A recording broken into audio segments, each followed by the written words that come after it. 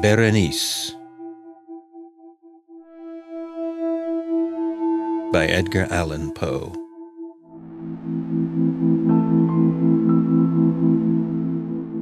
Dicebant mis odalis si sepulcrum amicae visitarum, curras meis aliquantulum fore levatas. Ibn Zayat. Misery is manifold.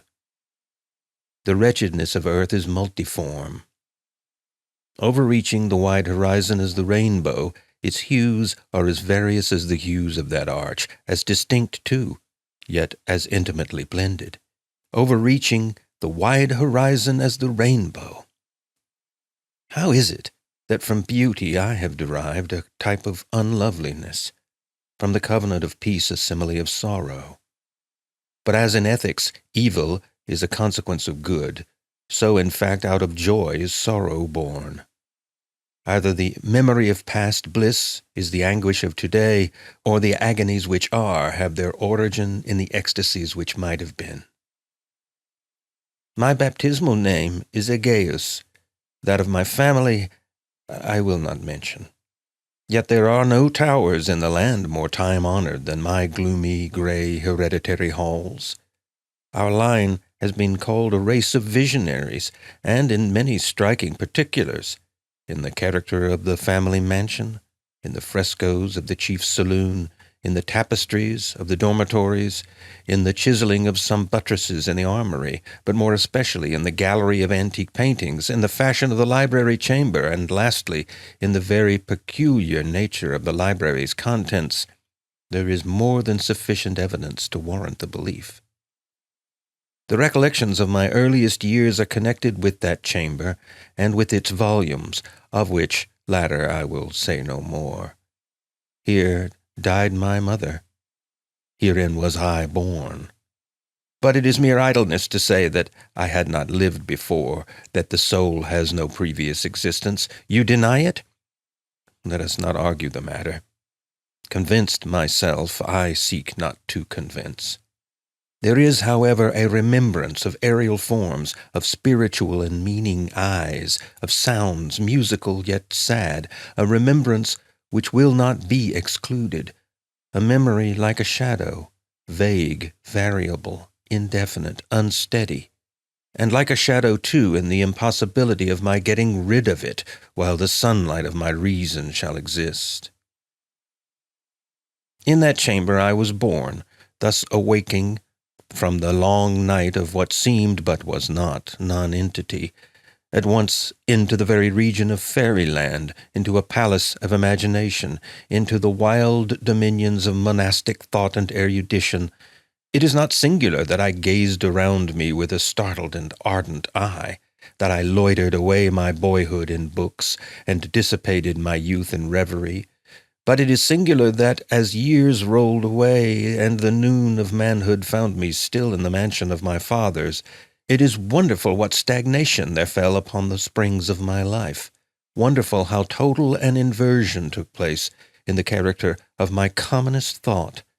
The realities of the world affected me as visions, and as visions only, while the wild ideas of the land of dreams became in turn not the material of my everyday existence, but in very deed that existence utterly and solely in itself. Berenice and I were cousins, and we grew up together in my paternal halls. Yet differently we grew. I ill of health and buried in gloom, she agile, graceful, and overflowing with energy, hers the ramble on the hillside, mine the studies of the cloister. I living within my own heart and addicted body and soul to the most intense and painful meditation, she roaming carelessly through life with no thought of the shadows in her path or the silent flight of the raven-winged hours. Berenice, I call upon her name. Berenice!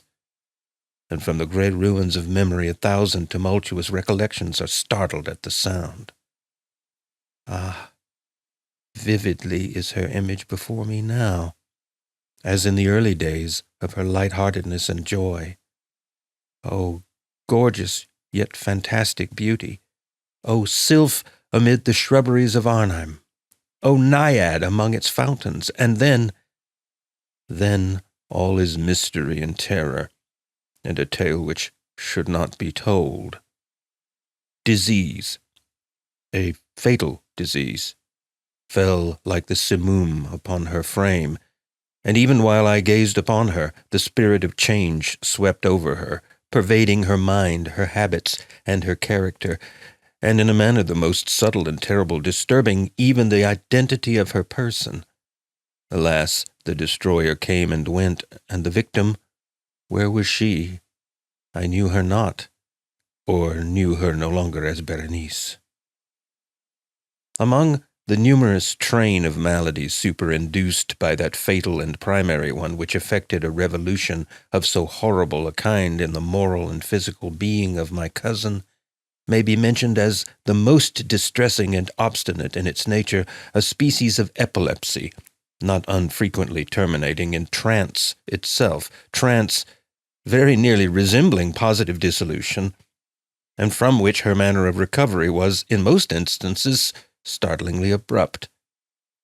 In the meantime, my own disease, for I have been told that I should call it by no other appellation, my own disease then grew rapidly upon me, and assumed finally a monomaniac character of a novel and extraordinary form, hourly and momently gaining vigor, and at length obtaining over me the most incomprehensible ascendancy.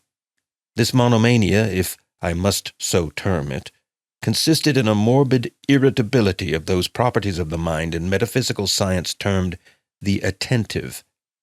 It is more than probable that I am not understood, but I fear, indeed, that it is in no manner possible to convey to the mind of the merely general reader an adequate idea of that nervous intensity of interest with which, in my case, the powers of meditation, not to speak technically, busied and buried themselves in the contemplation of even the most ordinary objects of the universe.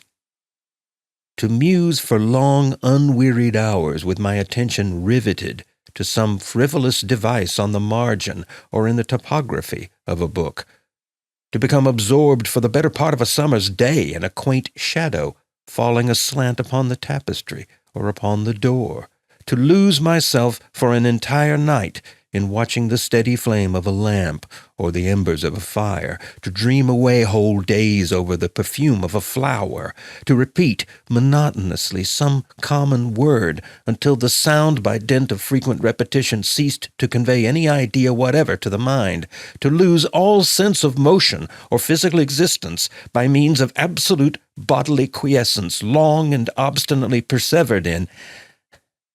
Such were a few of the most common and least pernicious vagaries induced by a condition of the mental faculties not indeed altogether unparalleled, but certainly bidding defiance to anything like analysis or explanation. Yet let me not be misapprehended. The undue, earnest, and morbid attention thus excited by objects in their own nature frivolous must not be confounded in character with that ruminating propensity common to all mankind, and more especially indulged in by persons of ardent imagination. It was not even, as might be at first supposed, an extreme condition or exaggeration of such propensity, but primarily and essentially distinct and different. In the one instance, the dreamer or enthusiast, being interested by an object usually not frivolous, imperceptibly loses sight of this object in a wilderness of deductions and suggestions issuing therefrom, until at the conclusion of a day-dream, often replete with luxury, he finds the incitamentum or first cause of his musings entirely vanished and forgotten. In my case, the primary object was invariably frivolous, although assuming, through the medium of my distempered vision, a refracted and unreal importance. Few deductions, if any, were ever made, and these few pertinaciously returning in upon the original object as a center.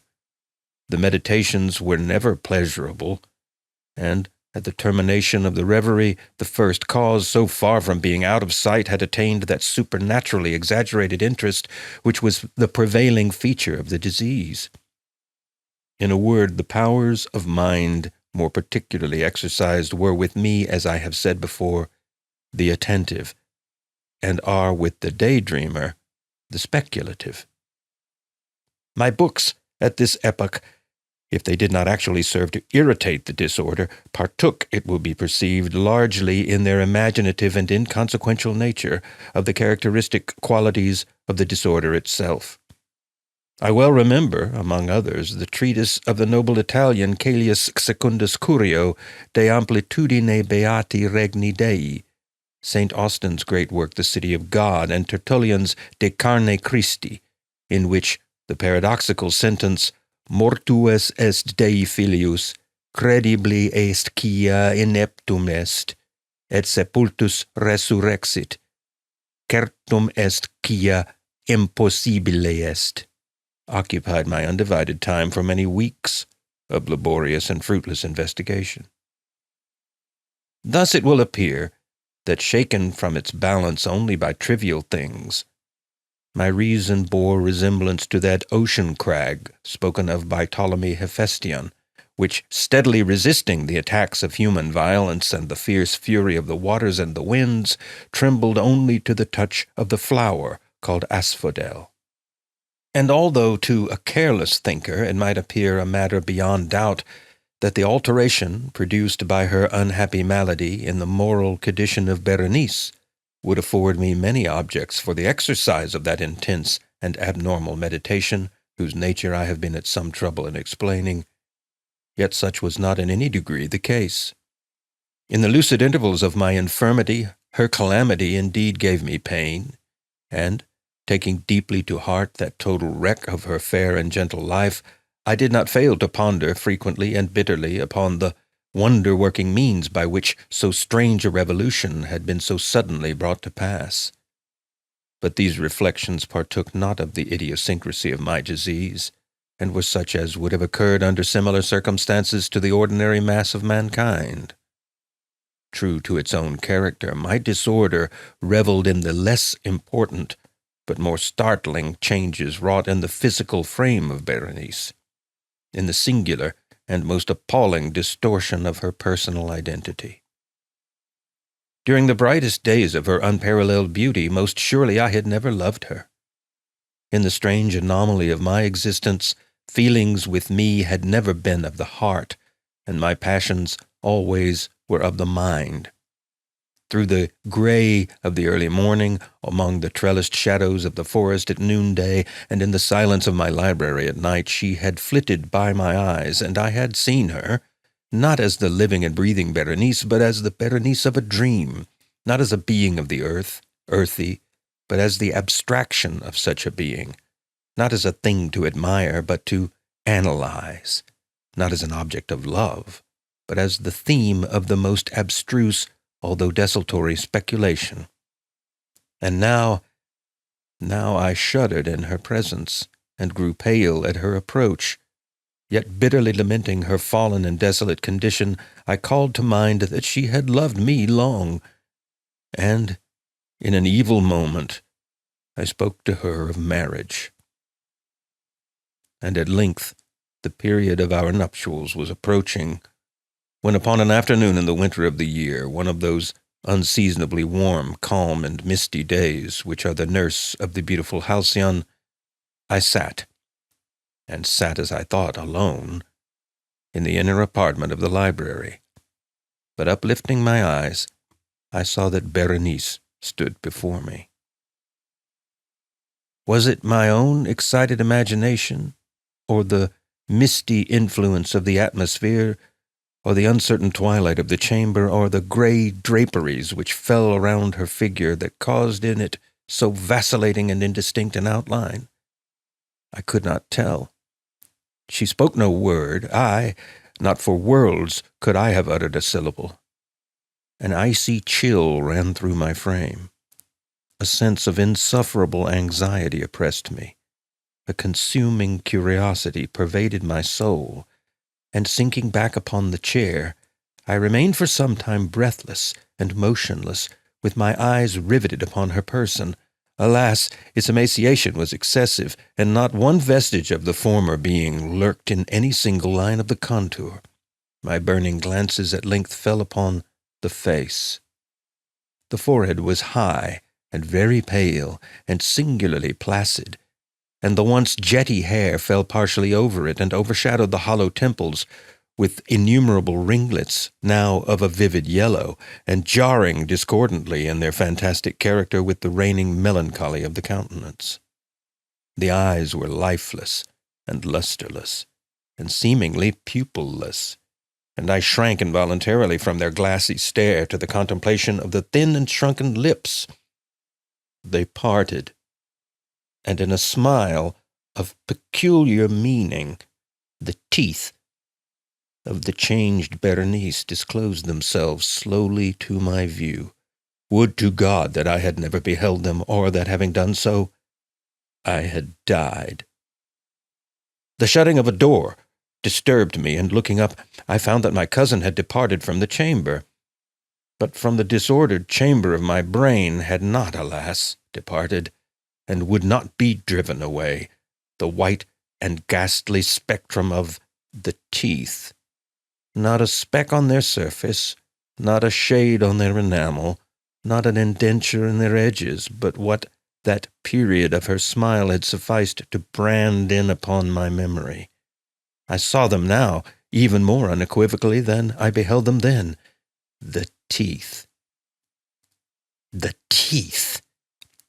They were here, and there, and everywhere, and visibly and palpably before me, long, narrow, and excessively white, with the pale lips writhing about them, as in the very moment of their first terrible development. Then came the full fury of my monomania, and I struggled in vain against its strange and irresistible influence. In the multiplied objects of the external world I had no thoughts but for the teeth. For these I longed with a frenzied desire. All other matters and all different interests became absorbed in their single contemplation. They alone, were present to the mental eye, and they in their sole individuality became the essence of my mental life. I held them in every light. I turned them in every attitude. I surveyed their characteristics. I dwelt upon their peculiarities. I pondered upon their conformation. I mused upon the alteration in their nature. I shuddered as I assigned to them in imagination a sensitive and sentient power, and even when unassisted by the lips, a capability of moral expression. Of Mademoiselle Saillet, it has been well said, que tous ses pas étaient des sentiments. And of Berenice I more seriously believed que toutes ses dents étaient des idées. Des idées. Ah, here was the idiotic thought that destroyed me. Des idées. Therefore it was that I coveted them so madly. I felt that their possession could alone ever restore me to peace in giving me back to reason. And the evening closed in upon me thus, and then the darkness came, and tarried, and went, and the day again dawned, and the mists of a second night were now gathering around, and still I sat motionless in that solitary room, and still I sat buried in meditation, and still the phantasma of the teeth maintained its terrible ascendancy, as with the most vivid, hideous distinctness it floated about amid the changing lights and shadows of the chamber. At length there broke in upon my dreams a cry, as of horror and dismay, and thereunto after a pause succeeded the sound of troubled voices, intermingled with many low moanings of sorrow or of pain. I arose from my seat, and throwing open one of the doors of the library, saw standing out in the antechamber a servant maiden, all in tears, who told me that Berenice was no more. She had been seized with epilepsy in the early morning, and now, at the closing in of the night, the grave was ready for its tenant, and all the preparations for the burial were completed. I found myself sitting in the library, and again sitting there alone.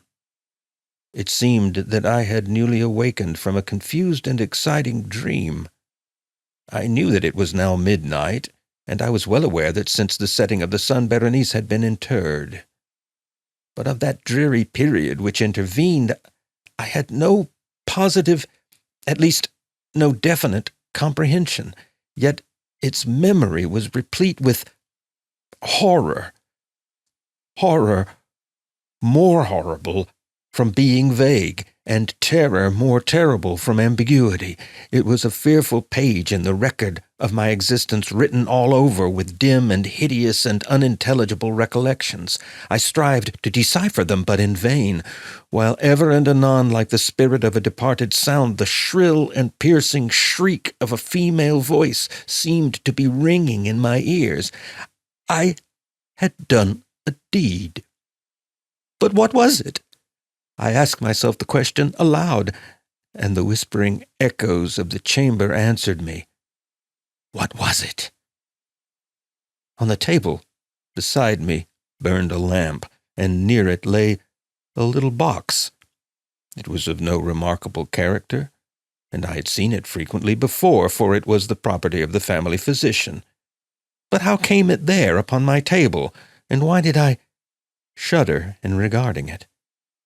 These things were in no manner to be accounted for, and my eyes at length dropped to the open pages of a book, and to a sentence underscored therein. The words were the singular but simple ones of the poet Ibn Zayat. Dicebant mi sodales si sepulchrum amicae visitarem, curros meas aliquantulum fore levatas. Why then, as I perused them, did the hairs of my head erect themselves on end, and the blood of my body become congealed within my veins? There came a light tap on the library door, and, pale as the tenant of a tomb, a menial entered upon tiptoe. His looks were wild with terror, and he spoke to me in a voice tremulous, husky, and very low. What said he? Some broken sentences I heard. He told of a wild cry disturbing the silence of the night, of the gathering together of the household, of a search in the direction of the sound. And then his tones grew thrillingly distinct as he whispered me of a violated grave, of a disfigured body enshrouded, yet still breathing, still palpitating, still alive. He pointed to my garments. They were muddy and clotted with gore. I spoke not, and he took me gently by the hand. It was indented with the impress of human nails. He directed my attention to some object against the wall. I looked at it for some minutes. It was a spade. With a shriek, I bounded to the table and grasped the box that lay upon it, but I could not force it open, and in my tremor it slipped from my hands and fell heavily and burst into pieces, and from it with a rattling sound there rolled out some instruments of dental surgery, intermingled with 32 small white and ivory-looking substances that were scattered to and fro about the floor.